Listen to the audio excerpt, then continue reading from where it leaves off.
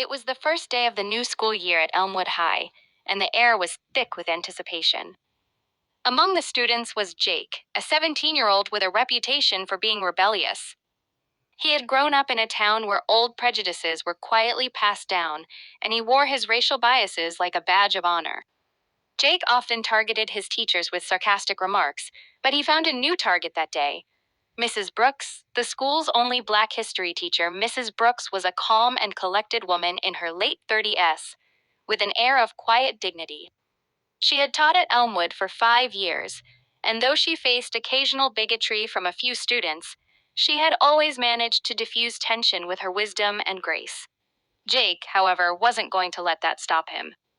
During their history lesson about the civil rights movement, he made snide comments, belittling the struggles of Black Americans and dismissing the importance of Black history.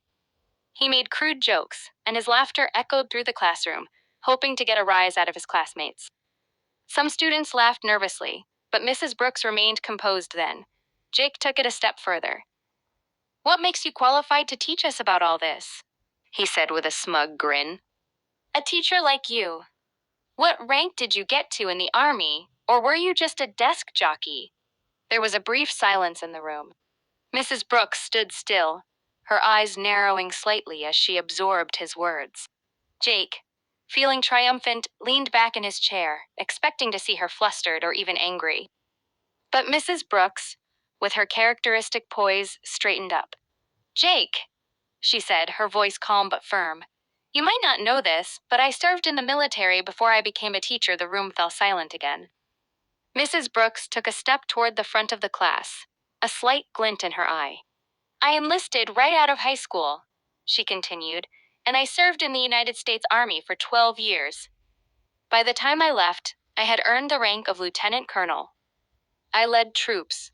I made life or death decisions. And I fought for this country.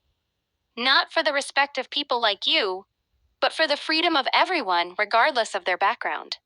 Jake's confident smirk slowly began to fade. The room was still, and the weight of her words hit him. Mrs. Brooks didn't wait for his response. She simply continued, her voice calm but laden with authority. "You can question my teaching, Jake. You can challenge my ideas. But when you disrespect people based on their skin color, you're not only dishonoring them, you're dishonoring yourself. People like me fought so that you could be here, able to make your jokes. But in return, I ask that you learn, not just about history, but about humanity. What you think of me doesn't define me. It only defines you, Jake." Humiliated, sank into his seat. The rest of the class sat in stunned silence, and even a few of the students who had previously laughed at Jake's remarks now seemed uncomfortable for the rest of the lesson. Mrs. Brooks continued teaching, her presence strong and unwavering. It wasn't just her military rank that commanded respect in that room. It was her dignity, her unwavering belief in the value of every person, regardless of their race. Later that day, Jake, still processing what had happened, found Mrs. Brooks in the hallway after class. His usual bravado was gone. "I'm sorry," he said quietly, his eyes avoiding hers. "I had no idea." Mrs. Brooks regarded him for a moment, then gave him a nod. "Apology accepted. Now, let's make sure you learn from it," Jake, feeling a mix of guilt and newfound respect, nodded.